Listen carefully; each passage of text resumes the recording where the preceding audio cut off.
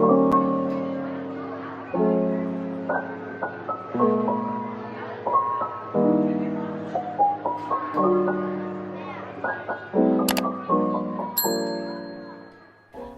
everyone, hope you're doing well. Welcome back to the channel.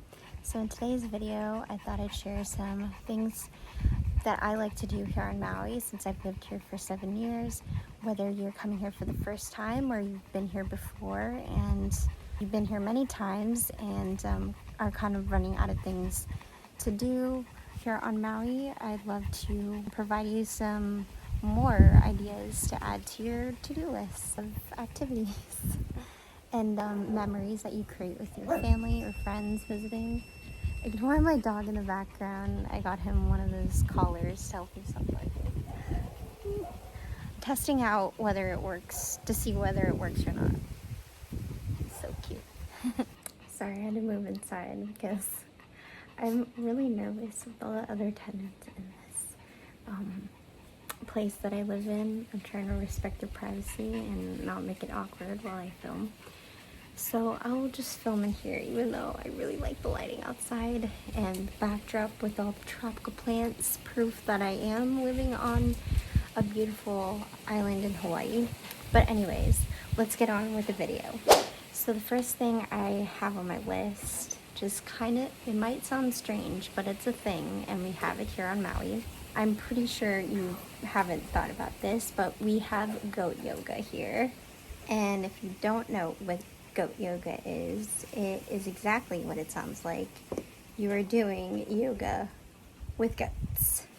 Here on a lot of the islands in Hawaii, there's a lot of farming, and if you've never been to Hawaii, or if it's your first time coming here, you'll see that there are a lot of chickens roaming around freely. I don't really know the history behind any of this, but it's definitely not normal in the mainland. And by mainland, I mean the rest of the United States, or maybe the rest of the world, or I would just say the rest of the United States, because I'm born and raised in California, and I would say I'm pretty familiar with how it is in the States. There are no chickens running around randomly and freely in the rest of the States, so it's generally not normal. But in Hawaii, it's very normal. And especially where I live, I get cows crossing my road all the time. Even horses will get out of their pen and will roam around the roads in my area. So whoever came up with the goat yoga on Maui is a genius, I'd like to say. And I've done it before, so I'm sharing it with you right now. I've also had goats myself, and I absolutely love them. They're very cute, they're very sweet. So why goat yoga, might you ask? Well, if you look on their site, it says that since people like yoga and people like goats, why don't they pair it together? It's supposed to make people happy generally, and it's a great kind of thing to do with kids, especially since they have like baby goats that you can play around with.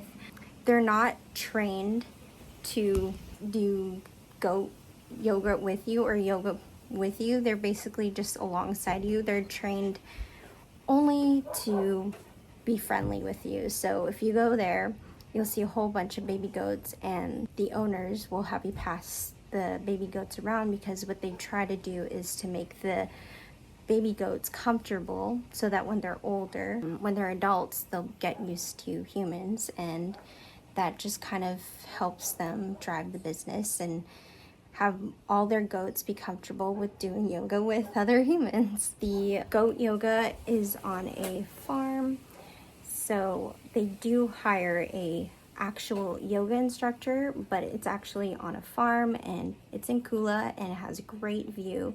So not only do you get a fun interaction with animals and have fun having an exercise with the yoga instructor, you also get a beautiful view. And also I'd like to mention that they do have kama'aina rates, and those who don't know what kama'aina is, it's basically a discount for locals that don't know about goat yoga and are interested in it. From this video, I'd like to inform you that they do have a local discount for you guys, which is totally awesome. always a plus. Second thing to do on my list is parasailing. I do not recommend it for those that are afraid of heights, but I wanted to mention that I just did this recently. I have gone parasailing one other time with my mom, but on Oahu. I actually haven't done it.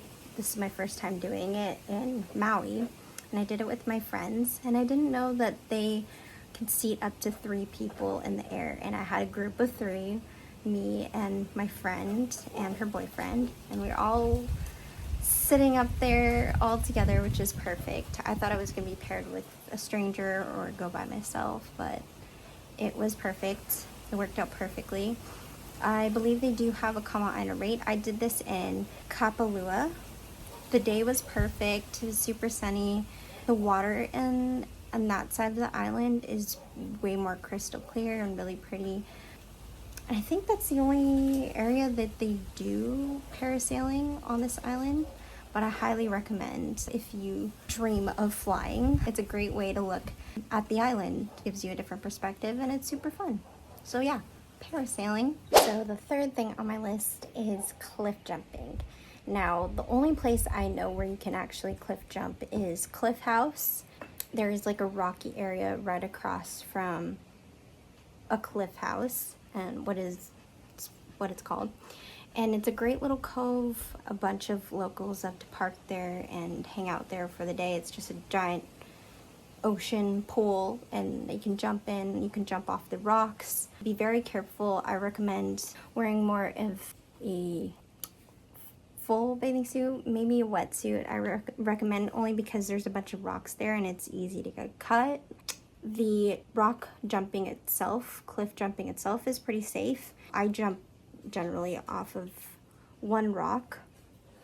It's about 5 feet from the rock to the water. It's really not that high up. It's not what you normally think of when you think of cliff jumping, because when I think of cliff jumping, I think of like that one scene from, or there's multiple scenes from Twilight where Bella jumps off a cliff. For me. You won't stay with me any other way. Bella, please.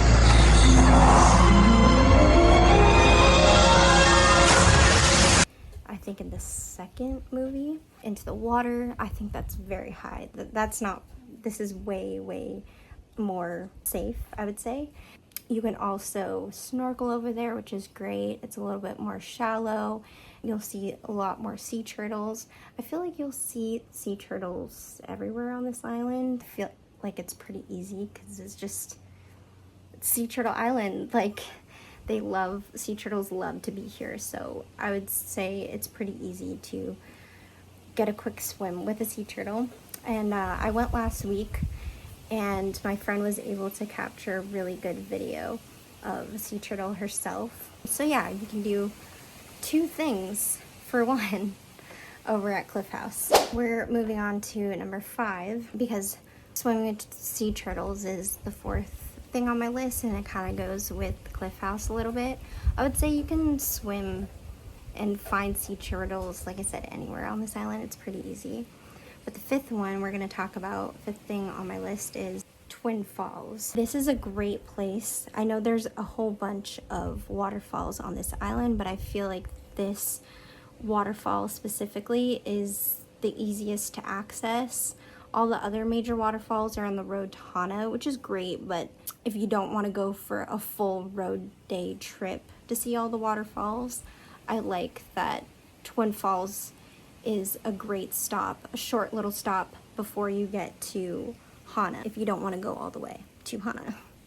And I totally forgot how nice Twin Falls is. It's a great place to, swim, and great place to take pictures at. I've taken many, many pictures, and I forgot, how nice it is. And I just went last week with my friends, and I was like, oh, I should come here more often. I don't know why I don't. It's literally right in my backyard. It's pretty easy for me to get to. Now, I don't recommend, though, jumping off of these rocks specifically. I don't really know how deep the bottom of the waterfall is, so please lead with caution. Yeah.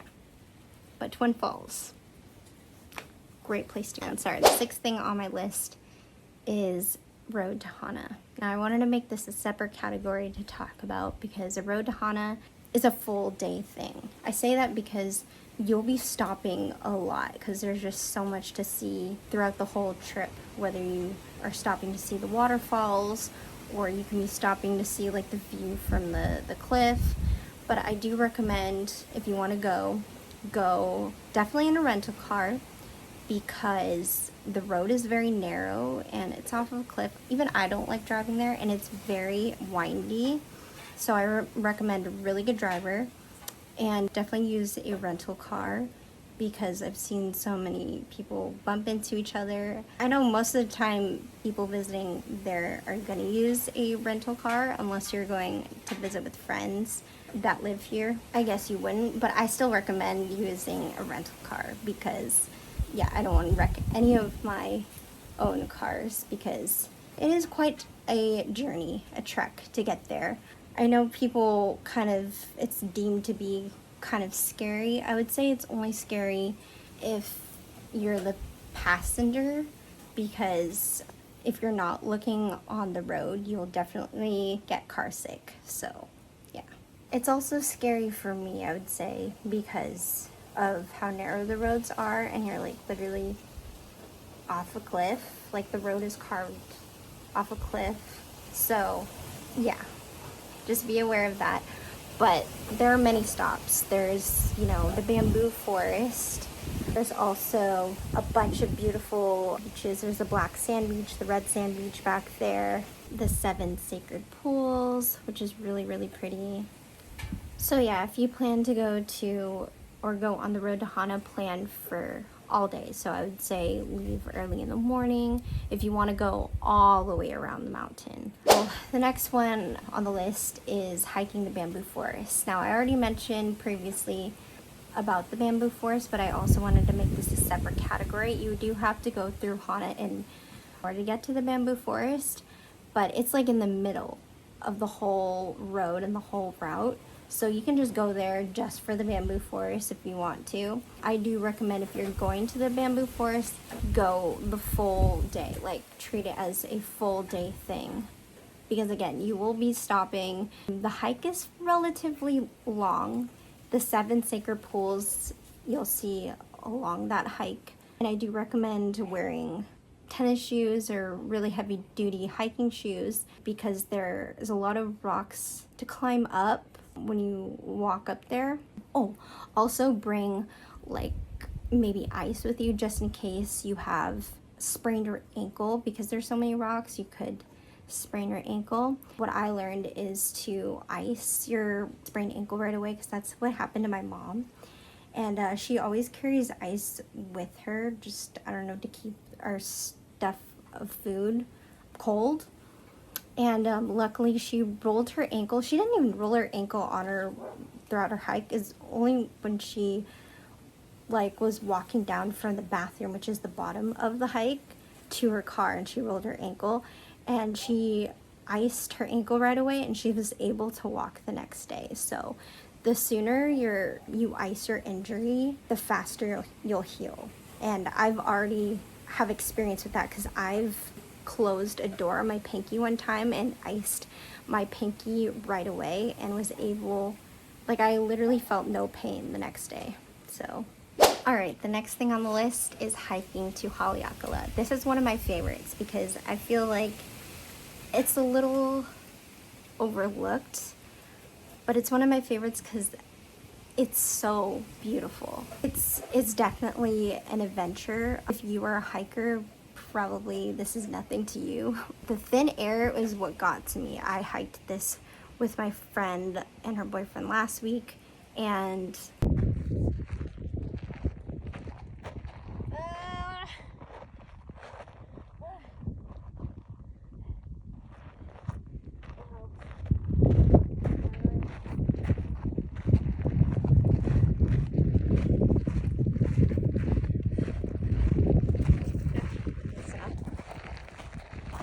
I mean, obviously hiking down was not that bad, but you got to be aware of, if you really want to commit to hiking all the way down from the summit, and then hiking all the way back, I do want to warn you and keep in mind that, like, be prepared, you may not be able to handle it if you are not a regular hiker, because the thin air will definitely get to you. I mean, I'll show you some clips of me really struggling hiking all the way back up. I'm so glad my friends and I agreed not to go all the way down.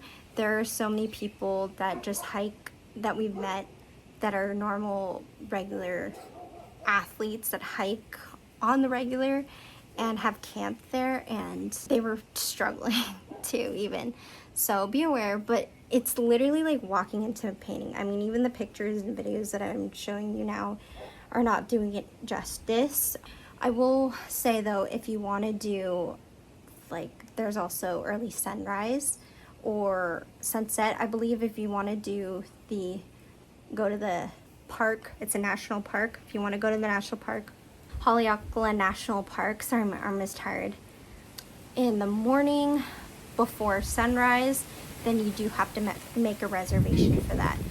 But sunset, you don't. It's free right now. Actually, when I went in, I thought that you had to pay for like an admission fee, but I don't know, we didn't have to. We drove through this little booth. So, I mean, it's totally worth it if you do, because it's a really, really magical place. Like, you're right above, you're next to the observatory and you're above the clouds. It's a wonderful experience. I highly recommend hiking with your friends if you can handle it. All right, the next thing on my list is zip lining.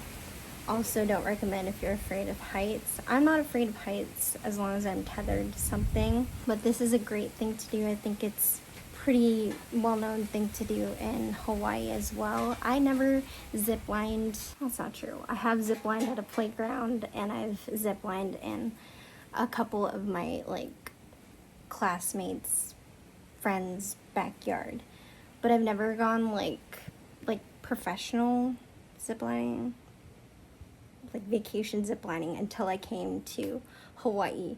And the great thing about ziplining in Hawaii, if you live here, is that I learned this a couple years ago, is that locals can zip for free.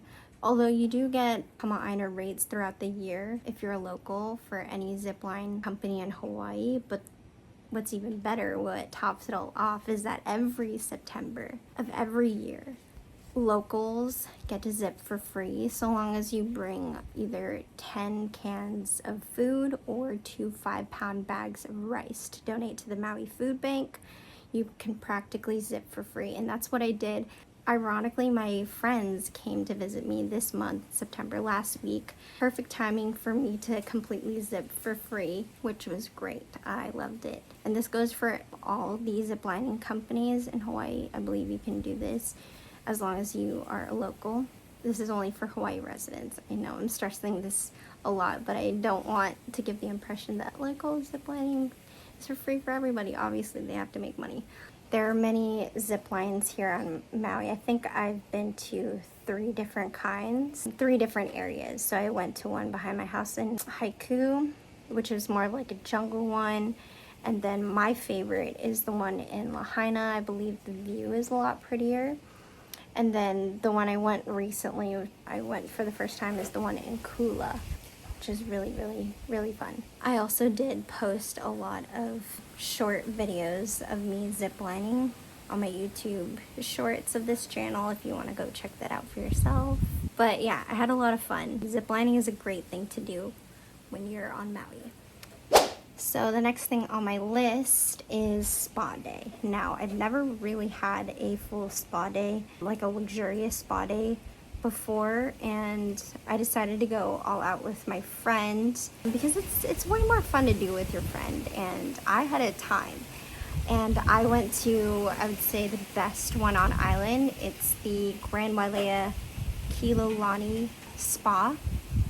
They just remodeled it, and it was beautiful. Like, they had this when you first start, before you get into the spa side of the resort, they have like this kind of like salt ceremony. You're basically supposed to dip your hands in the water and then take a little bit of salt and say what you're grateful for in your head, and then throw the salt back. Like, I don't know if that's traditional Hawaiian, But I love that experience. It was so relaxing and luxurious. I definitely got what I paid for. I did a cold plunge for the first time ever. I'm not really into anything cold, but I wanted to do it anyway just for the experience, and it was super fun.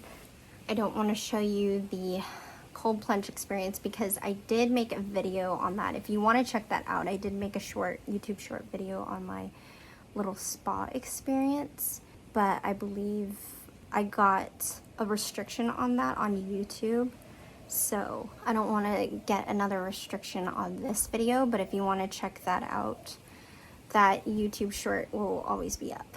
There's an age restriction because I guess I was in my bikini, or I'm doing something that's not appropriate for kids, so I don't want to put so many restrictions on all my videos. So if you want to see my experience for yourself, you can go ahead and access that YouTube short, of course, on my channel page. Sorry, my arm is shaking, or that's why the video is shaking, because my arm is shaking. I'm holding it up, but we're almost done. The last thing I want to mention about the spa day is that there is a Kama Aina rate for the locals, or the people that live here, for the spa day. The Kilolani place does honor that, so those people that are interested and that live here, they do Kama Aina rates, which is great. Always a plus. The second to last thing on my list is hiking La Perouse, I guess.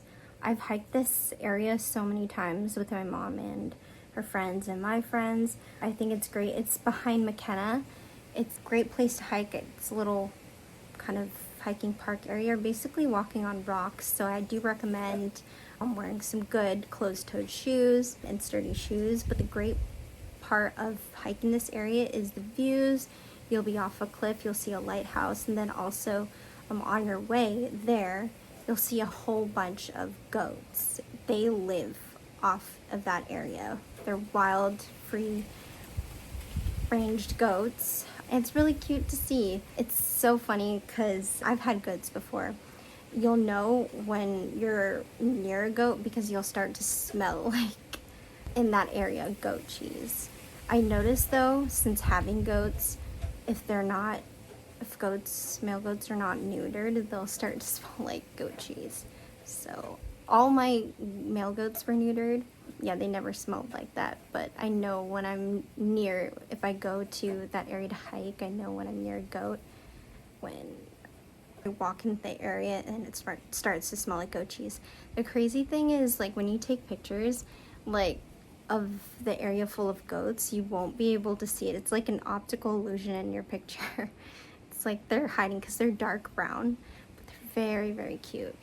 Alright, so the last thing on my list is snorkeling. And I put this on my list because it's kind of standard when you go to Hawaii, I would say. Like, it's just a common thing. Like, we all know what snorkeling is pretty much. And because it's so common, I feel like it's fun, but it's also, like, overrated at the same time. I don't recommend going on a snorkeling excursion because I feel like you can snorkel pretty much anywhere for free. Well, as long as you bring your own snorkel stuff. But I do want to give you a warning though.